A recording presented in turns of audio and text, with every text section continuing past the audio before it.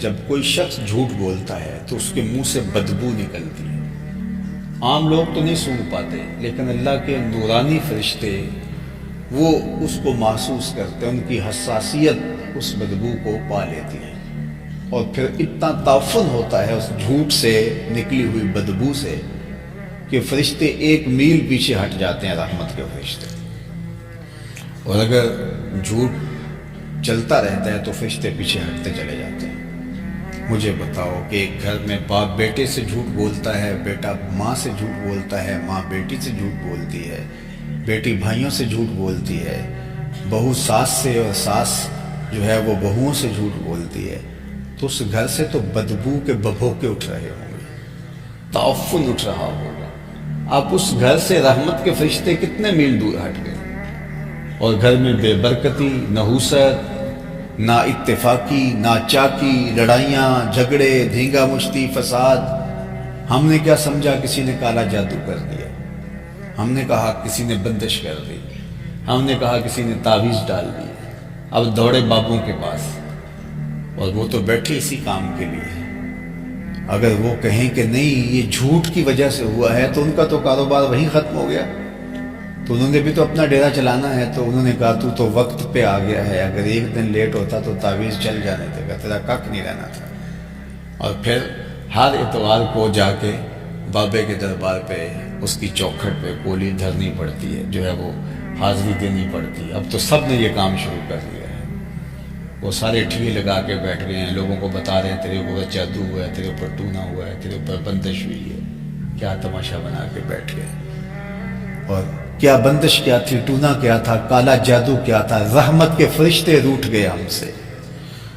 ہم نے جھوٹ نہیں چھوڑنا اور ہمیں تعویذ چاہیے، ہم نے جھوٹ نہیں چھوڑنا، ہمیں دم کیا ہوا دھاگا چاہیے، ہم نے جھوٹ نہیں چھوڑنا، ہمیں جو ہے وہ کوئی اور ٹوٹکا چاہیے اور ٹونا چاہیے، وہ ہم لے لیں گے اور اس کو کریں گے، پیسے بھی دے کے آئیں گے، اور ہمیں کہیں گے کہ یہ اس کے پاس جادو کا، وہ بھی کہے گا یہ تعویذ لے لو، اس کو جلانا ہے، اس کو وزن کے نیچے رکھنا ہے، اس کو آپ نے جو ہے وہ کسی جھولنے والی شاخ کے ساتھ باندھنا ہے، اس کو صبح پینا ہے، اس کو دھیان لگا دیا، اور وہ نہ جھوٹ چھوڑ رہا ہے، نہ اس کی ماں جھوٹ چھوڑ رہی ہے، نہ بیٹی جھوٹ چھوڑ رہی ہے، نہ بھائی جھوٹ چھوڑ رہا ہے، نہ بیوی، نہ بچے، اور رحمت کے فرشتے پیچھے ہٹتے چلے جاتے ہیں۔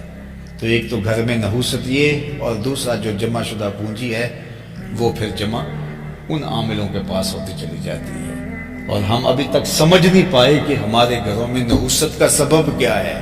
وہ کالا جادو تو جھوٹ کا ہے، بندش تو جھوٹ کی ہے، جھوٹ نے ہمارے گھر اجاڑ کے رکھ دی، ہمارے گھروں سے برکتیں اٹھا لی۔ یہ میں اپنی جانب سے نہیں کہہ رہا، میرے اور آپ کے آقا نے کہا ہے رحمت کے فرشتے دور ہٹ جاتے ہیں۔ تو جب گھر میں رحمت کے فرشتے جو تھے وہ بھی ہٹ گئے، اور کوئی رحمتیں لے کے آنے والے بھی نہیں، اس گھر سے تعفن اور بدبو اتنی اٹھ رہی ہے، تو پھر اس گھر میں نور اور روشنی اور برکت کہاں سے آئے گی؟ وہ گھر جو ہے وہ وحشیانہ منظر پیش کرے گا، بے سکونی ہوگی، حالانکہ گھر طمانیت کا مرکز ہوتا ہے۔ گھر کے مقاصد میں سے موسمی اثرات سے بچنا، گھر کے مقاصد سے پردے کو حاصل کرنا، گھر کے مقاصد سے طمانیت حاصل کرنا، اور جو ہے وہ دشمن کی شر سے محفوظ کرنا، ایک طمانیت کا گہوارہ ہوتا ہے گھر، نور کا گہوارہ ہوتا ہے، اور یہ بندے کی خوش قسمتی بتایا گیا ہے کہ اس کا گھر کشادہ ہو۔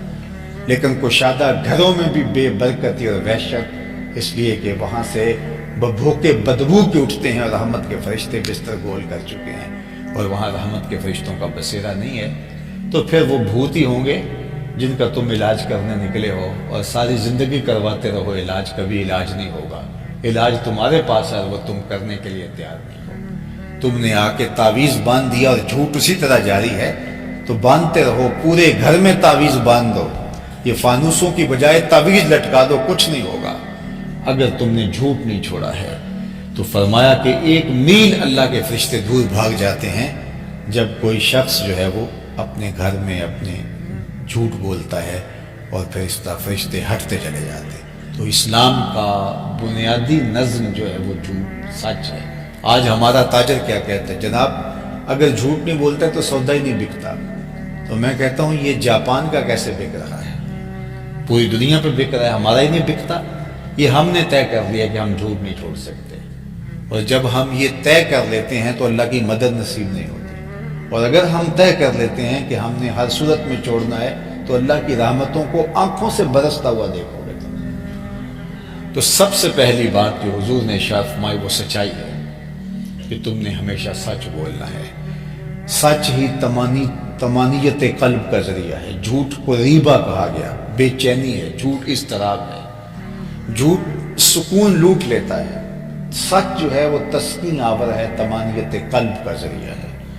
آپ جھوٹ بول کے کسی کو دھوکہ دینے میں کامیاب بھی ہو جاتے ہیں، پھر بھی آپ کو سکون نہیں ملتا، اور سچ بول کے نقصان بھی اٹھا لیتے ہیں، پھر بھی آپ کا دل قرار پذیر رہتا ہے۔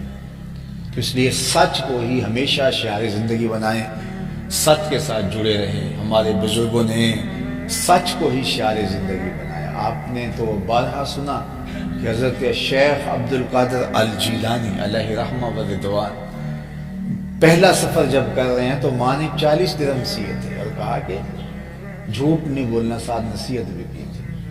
تو جب تلاشی لے کر کے راستے میں ڈاکہ پڑتا ہے تو وہ ڈاکو جانے لگا تو کہا تیرے پاس کچھ بھی نہیں ہے؟ کہا کیوں نہیں، میرے پاس 40 درہم ہے۔ تو کہا کہاں ہے؟ تو کہا یہ سیے ہوئے۔ تو بڑا حیرت زدہ ہوا کہ کوئی ڈاکوؤں کو بھی بتاتا ہے اور آپ نے بتا دیا۔ کہا میری ماں نے کہا تھا پتر جھوٹ نہیں بولنا۔ اللہ اکبر۔ سب سے پہلے لوگ ابھی علم حاصل کرنے جا رہے ہیں، علم حاصل کرنے جا رہے ہیں، تو یہ لوگ ان کے ہاتھ پہ توبہ کرتے ہیں۔ ہم تو علم حاصل کر کے آ بھی گئے تو ہمارے ہاتھ پہ کوئی توبہ نہیں کرتا، وہ تو ابھی کرنے جا رہے ہیں، لیکن سچ کے ساتھ جڑے ہیں۔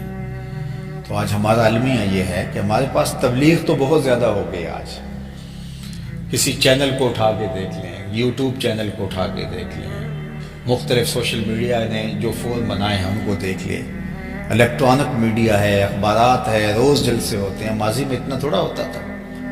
حضرت خواجہ معین الدین چشتی اجمیری نے اتنے خطاب تھوڑے کیے تھے جتنے ہم کر رہے ہیں۔ حضرت داتا گنج بخش علی حجویری علیہ الرحمہ نے اتنے خطبے تھوڑے دیے تھے جتنے ہم دے رہے ہیں۔ لیکن ان کا کردار تھا کہ جدھر نظر اٹھتی تھی دنیا بدلتی چلی جاتی تھی، اور ہمارا کردار ہی نہیں رہا۔ آپ کی اگر توجہ ہو علماء کرام کی بھی تو میں ایک جملہ کہنا چاہتا ہوں، اور وہ یہ کہ عرب سے تاجر آئے تھے نا یہاں بر صغیر میں، پیغمبر تو یہاں نہیں آئے، عرب سے تاجر آئے تھے، اور انہوں نے کی تجارت، لیکن ان کے کردار کو دیکھ کر لوگوں نے اسلام قبول کر لیا۔ صوفیہ آئے تھے اور وہ آ کے کلی ڈال کے بیٹھ گئے، لوگ ان کے نیڑے لگے اور ان کے کردار کو دیکھ کے لوگوں نے اسلام قبول کر لیا۔ وہ تاجر کتنے آئے تھے، وہ صوفیہ کتنے آئے تھے، وہ ان کی تعداد ہزاروں کے قافلے نہیں آئے، کسی علاقے میں ایک آیا، کسی میں دو آئے، ایک سینکڑوں صوفی اور سینکڑوں تاجر آئے، اور آج جو ہے وہ 22 کروڑ مسلمان یہاں بستے ہیں اور 30 کروڑ مسلمان کے قریب انڈیا میں بستے ہیں۔ اسی طرح کو 20 کروڑ کے قریب جو ہے وہ بنگلہ دیش میں ہے، اور اسی طرح جو ہے وہ یہ علاقہ افغانستان کا ہے۔ تو 1 ارب کے قریب مسلمان جو ہے وہ اس ریجن میں ہیں جہاں پیغمبر نہیں آیا۔ یہاں چند تاجر آئے، یہاں چند صوفیہ آئے، اور ان کے کردار سے کتنا اثر ہوا کہ آج 1 ارب کے قریب، چلو تھوڑے کم کر لیں، مسلمان یہاں صرف اس ریجن کے اندر۔ آج بھی کتنے ارب تاجر تجارت کے لیے یورپ گئے ہوئے ہیں۔ یہ جو یہاں پیر آئے تھے جنہوں نے اسلام پھیلا تھا، ان کی اولادیں یورپ گئی ہوئی ہیں۔ تو ان کے آباء و اجداد نے یہاں آ کے ہمارے بزرگوں کو بدلا، ہمارے آباء و اجداد کو بدلا۔ ان عربوں نے آ کے تاجرانہ غرض سے آ کے یہاں ہمارے آباء و اجداد کو بدلا۔ آج وہی عرب یورپ میں، امریکہ میں اور دیگر بلاد عالم کے اندر وہ تاجرانہ غرض سے گئے ہیں، بلکہ تبلیغی غرض سے گئے ہیں، اور یہاں سے بھی لوگ گئے ہیں۔ تو آج ہم جب یورپ میں یا مغربی ممالک میں جاتے ہیں تو بیٹھتے ہیں تو سب سے بڑا مسئلہ یہ ہوتا ہے کہ جناب ہمیں آپ آئے ہیں وہاں سے بتائیں ہمیں کہ ہم اپنی اولادوں کو مسلمان کیسے رکھ سکیں۔ ایک زمانہ وہ تھا کہ وہ آئے اور یہاں آ کے ایمان دے کے گئے، اور آج جو وہاں گئے ہیں وہ ہم سے پوچھ رہے ہیں کہ ہم اپنی اولادوں کو مسلمان کیسے رکھ سکیں۔ یہ تو کفر کی طرف بڑھتے چلے جا رہے ہیں۔ تو دیکھیں کہ ہم کہاں چلے گئے۔ تو دین لفظوں کا نام نہیں ہے، دین رویوں کا نام ہے، دین عمل کا نام ہے، دین کردار کا نام ہے۔ جب کردار تھا تو تقریریں تھوڑی بھی تھی تو کام چل گیا، اور جب کردار نہیں ہے تو سویر سے لے کر شام تک تقریریں ہوں تو کوئی فائدہ نہیں ہوتا۔ تو یہ بات ذہن میں رکھیے، ہمارا دین ہمیں عمل اور رویوں کی خوبصورتی سکھاتا ہے۔